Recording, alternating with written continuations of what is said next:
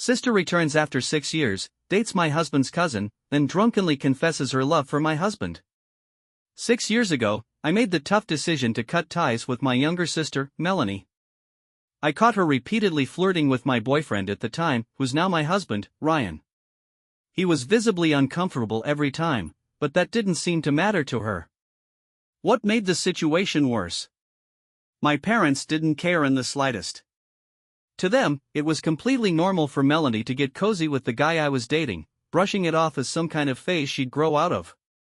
For some context, Melanie and I grew up fairly close, at least in the beginning.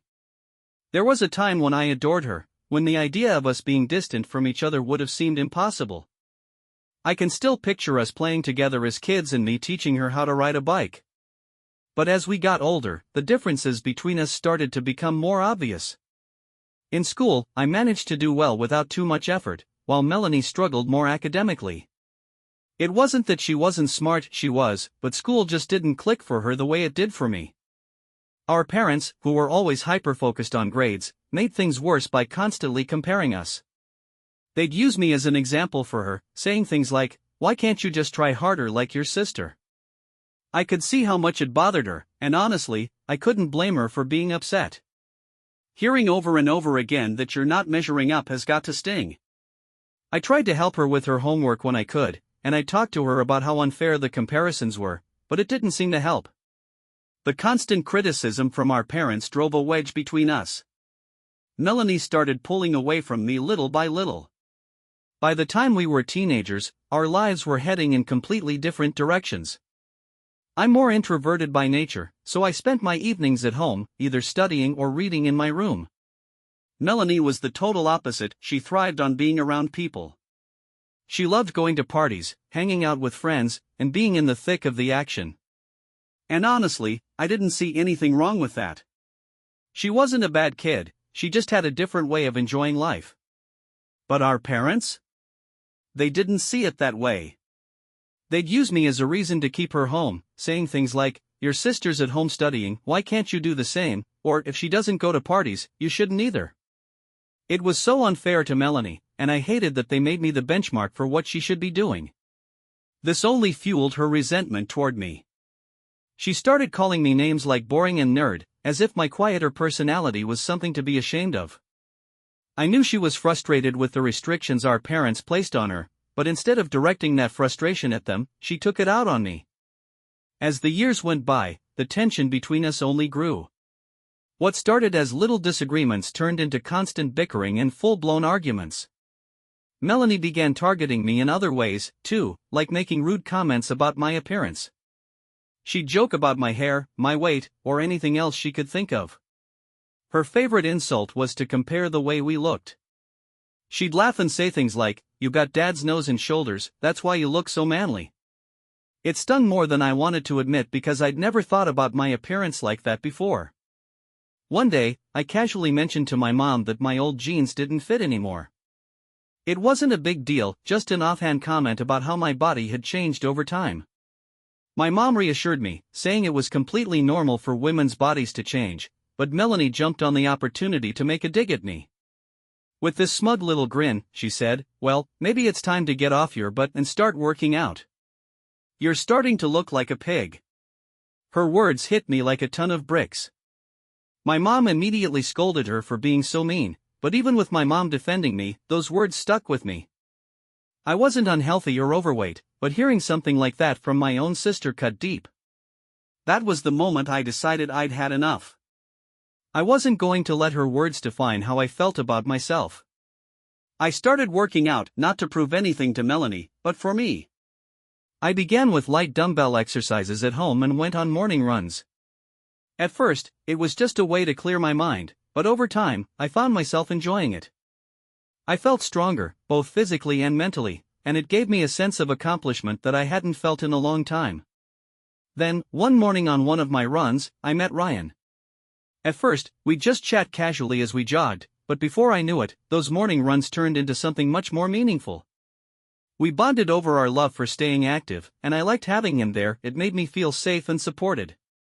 Little did I know back then, he'd end up becoming my husband. Meeting Ryan was one of the best things that ever happened to me.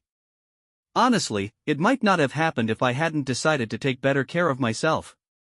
When we started dating and things got more serious, my parents couldn't have been happier. They were thrilled to see me so joyful and genuinely liked Ryan right off the bat. They could tell he was a great guy and that I was falling for him hard. Before Ryan, I'd only been in one other relationship, so I didn't have much dating experience. But with Ryan, everything just felt so natural, so effortless. There wasn't any drama or second-guessing, it was just easy to be with him. Of course, Melanie couldn't stand seeing me so happy. She had this way of trying to rain on my parade every chance she got. Whenever I'd come home glowing after a date with Ryan, she'd find something snarky to say, like, "Don't get too comfortable, he's probably just using you," or, "You don't have much dating experience, so don't get too needy." She'd even throw in gems like, "You're getting way too serious too fast." It was as if she couldn't handle the idea that I might actually deserve someone like Ryan. But the truth is, Ryan was nothing like what Melanie tried to make him out to be. From the very start, he was head over heels for me. He always followed through on his promises, treated me with so much respect, and made it clear that he saw a future with me. With Ryan, I felt safe, loved, and valued in a way I never had before. So, I didn't let Melanie's negativity get to me, I refused to let her make me doubt what we had. A few months into our relationship, Ryan came over to meet my family officially. It felt like a big milestone, and while I was a little nervous, I was mostly excited. My parents were incredibly welcoming, just as I'd hoped, and they seemed to take to him right away. They could see how much he cared about me, and that was enough to win their approval. The evening went great, well, mostly. Melanie was the exception. I had braced myself for her usual passive-aggressive comments about me in front of Ryan, but she went in a completely different direction that night. Instead of throwing jabs at me, she decided to flirt with him. She made comments about how good he looked, laughed way too hard at his jokes, and even found excuses to touch his arm during their conversation. Ryan was visibly uncomfortable at one point, he even shifted his chair away from her. I looked over at my parents, hoping they'd noticed how inappropriate Melanie was being, but they seemed totally oblivious. I wasn't entirely surprised, though. Melanie had always had this way of putting on a flirty act around guys, batting her lashes, speaking in this soft, sugary voice, and doing whatever she could to grab their attention. I'd seen it before with other guys, but this time it hit differently. This wasn't just some random guy, this was my boyfriend. The whole thing left me uneasy, so after Ryan left, I brought it up with my parents. I explained how Melanie had been acting around him, expecting them to take the issue seriously. Instead, they just brushed it off.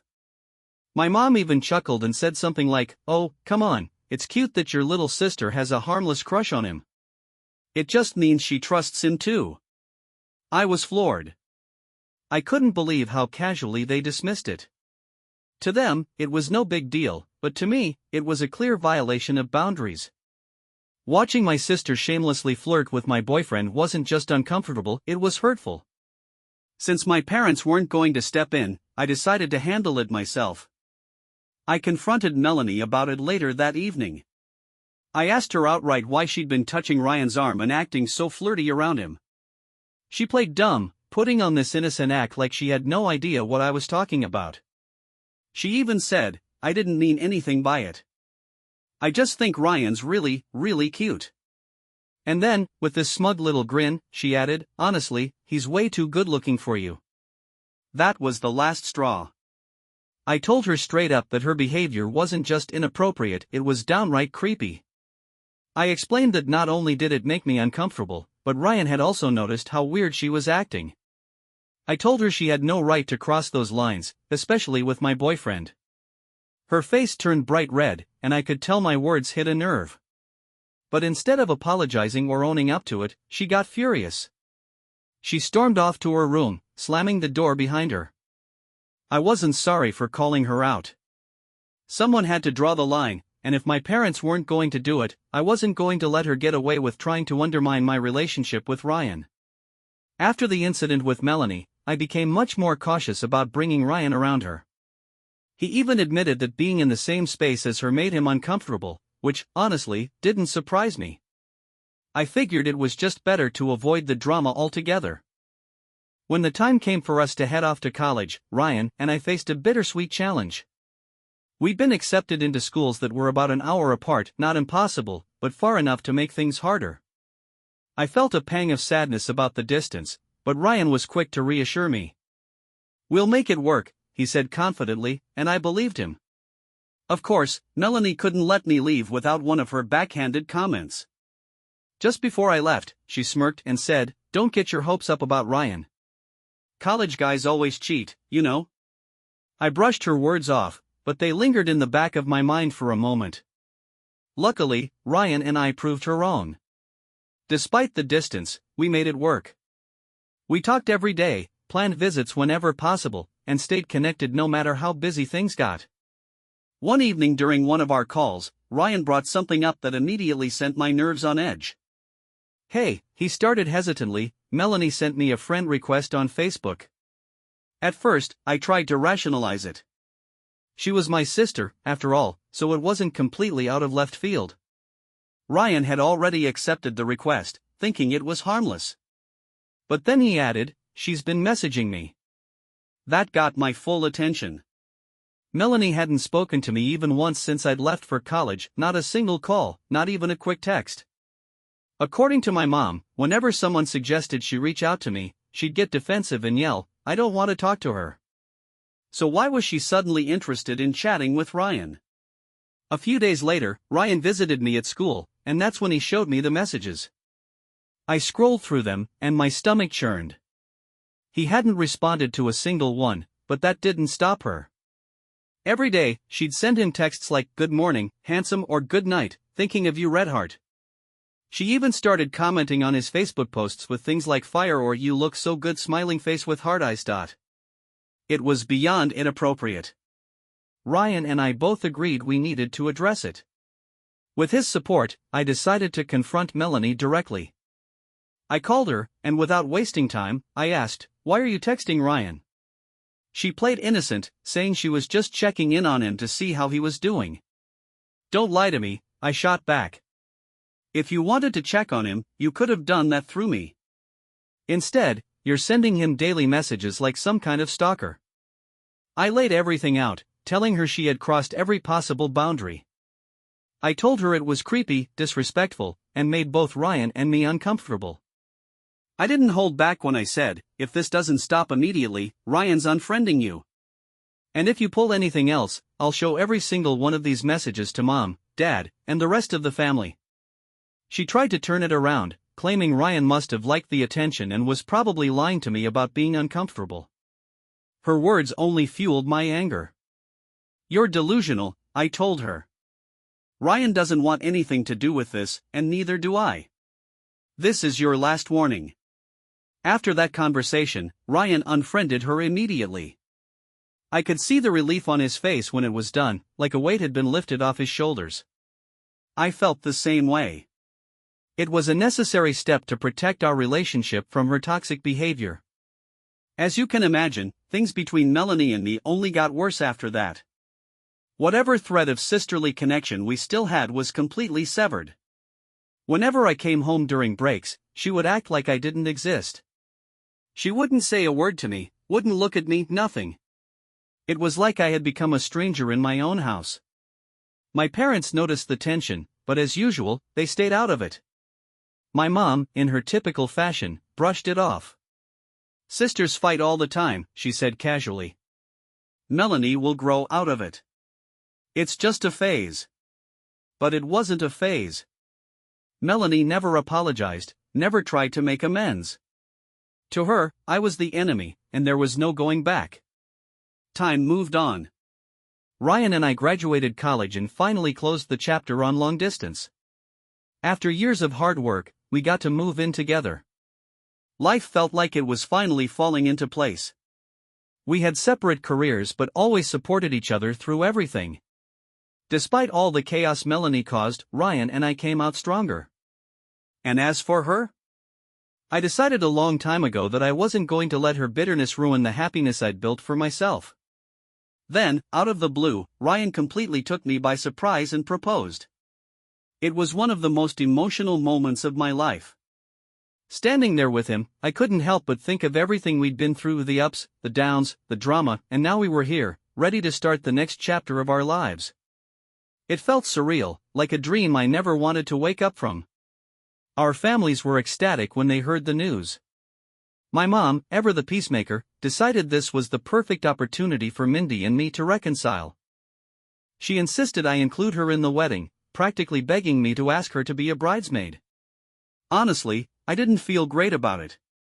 I hadn't spoken to Mindy in years, and I doubted she'd even want to be part of such an important day. But Mom wouldn't let it go, so I reluctantly reached out. When I asked Mindy to be a bridesmaid, she flat out refused. No explanation, no apology, just a curt no. Then, as if that wasn't enough, she made it crystal clear that she wouldn't be attending the wedding at all. Our parents tried to step in, urging her to reconsider, but Mindy wouldn't budge.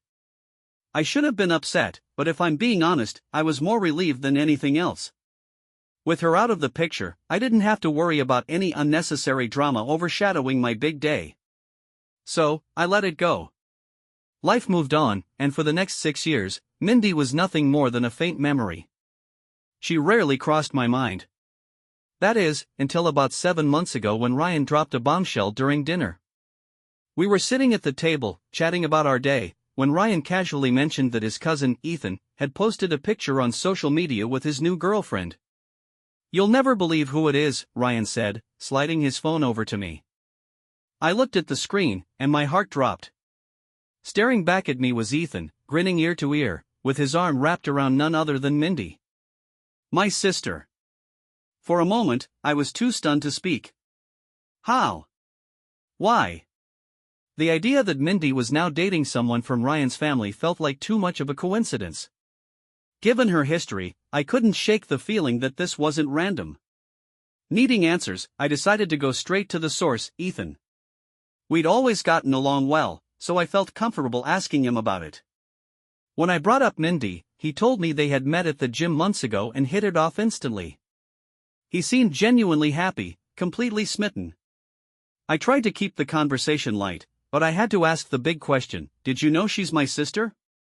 Ethan hesitated before admitting that he did, but only after a few dates.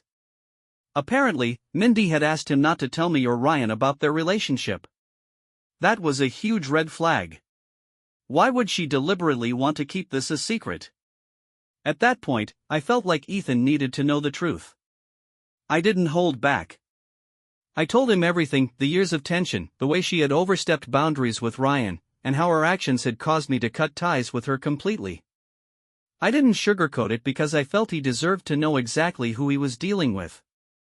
I expected him to at least listen, maybe ask questions. Instead, he got defensive. He brushed off everything I said, insisting that Mindy had been nothing but wonderful to him. "You're exaggerating," he said. "People change. She's not who you think she is." I was stunned. Ethan refused to believe a word I said and accused me of trying to sabotage their relationship.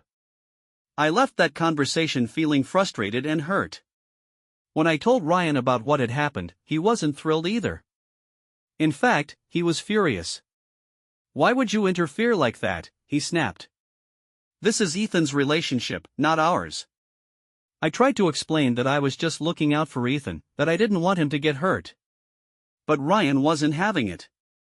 "Maybe Mindy's changed," he said firmly. "You need to let this go." Reluctantly, I agreed to step back, even though every instinct I had was screaming at me to stay vigilant. Over the next few months, Ethan and Mindy's relationship became more public. Our parents, though initially uneasy about the situation, eventually chose to accept it. Ethan assured them it was a coincidence that he'd met Mindy, and they decided to take his word for it. Ryan and I, on the other hand, kept our distance. We avoided most family gatherings, not wanting to stir the pot. But then, last weekend, Ethan invited us to his housewarming party. He and Mindy had decided to move in together, and he insisted we come. Ryan and I were hesitant, but we didn't want to cause a family rift by skipping it. So, we went. From the moment we arrived, the atmosphere felt off. Ethan was practically bouncing with excitement, introducing Mindy to everyone as the love of his life. He was clearly head over heels, but Mindy? She was indifferent at best. While Ethan fawned over her, she barely acknowledged him, acting more like she was tolerating his affection than returning it. It was unsettling, to say the least. And as I watched them interact, I couldn't shake the feeling that this wasn't going to end well for Ethan or for any of us. I couldn't help but notice Mindy sneaking glances at Ryan throughout the evening. She didn't come over to talk to us, though, which was fine by me. Still, something about the way her eyes lingered made me uneasy. As the night wore on, Mindy's drinking picked up. While most guests were nursing their wine or sipping cocktails at a reasonable pace, Mindy seemed to be in her own world, pouring drink after drink. I tried to ignore it and focus on the party, but it was hard not to notice how unsteady she was becoming. At one point, Ryan excused himself to use the restroom. I didn't think much of it until a few minutes later when I saw Mindy slip out of the room and follow him down the hall. I felt a knot tighten in my stomach, but I told myself to stay calm. When Ryan came back, his face was tense. He leaned over and whispered, "We need to talk later." I could tell something had happened, but I waited until we got home to ask. According to Ryan, Mindy had cornered him in the hallway, clearly drunk, and started rambling about how she needed to talk to him privately. When he told her firmly that anything she had to say could be said in front of me, she completely lost it. Right there in the hallway, she started confessing her feelings for him loudly. She slurred her words as she told him she'd always been in love with him, that she'd done everything she could to stay close to him. Then, in a twisted, almost frantic tone, she accused him of choosing me over her, even claiming she was the better-looking sister. Her voice got louder and louder, and soon, other guests were starting to turn their heads. I stood up from my seat, ready to intervene, but before I could, Ethan rushed over to her. Unfortunately, he'd heard everything. His face was pale with shock, his eyes wide as the weight of her confession hit him. The room went quiet as people began whispering, unsure of how to react to the scene unfolding before them. Ryan, ever calm and collected, handled it with grace. He told Mindy her behavior was inappropriate and that whatever feelings she thought she had didn't matter because he'd only ever loved me. His words seemed to hit her like a slap to the face. She started crying loud, shameless sobs that echoed through the room. Ethan tried to escort her away, but she resisted, flailing and stumbling as she continued to make a scene. By then, it was clear to Ryan and me that we needed to leave. The tension was suffocating, and there was no salvaging the evening. Later, we found out that after we left, all hell broke loose.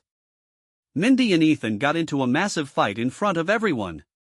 In her drunken rage, Mindy started throwing plates and glasses at Ethan, shouting incoherently about how he didn't understand her. Guests ducked for cover as she hurled anything she could get her hands on. It was chaos. Ethan's parents reached out to me a few days later, clearly upset. They wanted to know exactly what had happened. I didn't hold back, I told them everything. I explained Mindy's history of inappropriate behavior toward Ryan, her obsession with him, and how I'd warned Ethan about her from the start. But the situation didn't end there. Ethan eventually tried to break up with Mindy after that night, but she didn't take it well. In her fury, she trashed his apartment, breaking things, throwing items around, and even scratching his car. To top it all off, she tossed glitter everywhere, like some kind of bizarre, petty act of revenge. Then she packed her bags and left, leaving Ethan to deal with the mess. Ethan's parents were livid. They called me again, demanding that I get in touch with Mindy and make her pay for the damages. When I told them I had no control over her actions and doubted she'd even take my calls, they started threatening legal action. They said if I didn't ensure she covered the costs, they'd sue both of us. I was stunned. I tried to explain that I wasn't responsible for Mindy's behavior, but Ethan's mom wasn't having it. She accused me of not doing enough to warn them and argued that because Mindy was my sister, I should be held accountable too. I felt completely blindsided. How was any of this my fault? I'd done everything I could to warn Ethan, but he hadn't listened. When Ryan got home, I told him everything. He reassured me that I wasn't legally responsible for anything Mindy had done and promised to talk to his family to sort things out. He even apologized for not believing me earlier when I tried to warn him about the red flags. For those asking, no, Ryan has never had any kind of relationship or affair with Mindy. He's never even been alone with her for more than a few minutes, and if anything had ever happened, Mindy would have made sure the whole world knew. As for Mindy, I don't know if she's truly in love with Ryan or if her obsession is more about competing with me. Maybe it's sibling rivalry, or maybe it's some deep-seated insecurity. Whatever the case, her behavior has crossed so many lines that I don't even recognize her anymore. It's heartbreaking to say, but my own sister has become my worst enemy. Update 2: It looks like my parents have decided to step in and clean up the mess Mindy left behind, literally and figuratively. After her breakup with Ethan, she apparently showed up at their house in tears and has been staying with them ever since. When I told my parents about the damage Mindy caused to Ethan's apartment, they were appalled. They wasted no time reaching out to Ethan and his parents to apologize on her behalf. After some back and forth, my parents agreed to cover all the damages. They're furious with her, and honestly, I don't blame them. They've had to fork over thousands of dollars for repairs, and it's clear they're fed up. As for Ethan, he's decided not to press charges, which is probably the only lucky break Mindy's had in this entire ordeal. Ethan's parents also reached out to me to apologize for how harsh they'd been earlier. They admitted they'd been acting out of anger and frustration and didn't really mean what they said. I chose to accept their apology and let it go. I get it, emotions were running high, and they were dealing with a lot. Update 3: It's been about a month since all of that went down, and I've got a bit more to share. For everyone asking about Mindy and whether she's faced any consequences, well, it seems like her free ride is coming to an end. My dad has firmly told her that she has 1 month to find her own place and move out of their house. This is going to be interesting because Mindy has never really held down a stable job. She's always relied on my parents or her boyfriends to support her financially. With my parents putting their foot down, I'm genuinely curious to see how she manages. Even my mom, who has always been her biggest defender, seems to have finally hit her limit.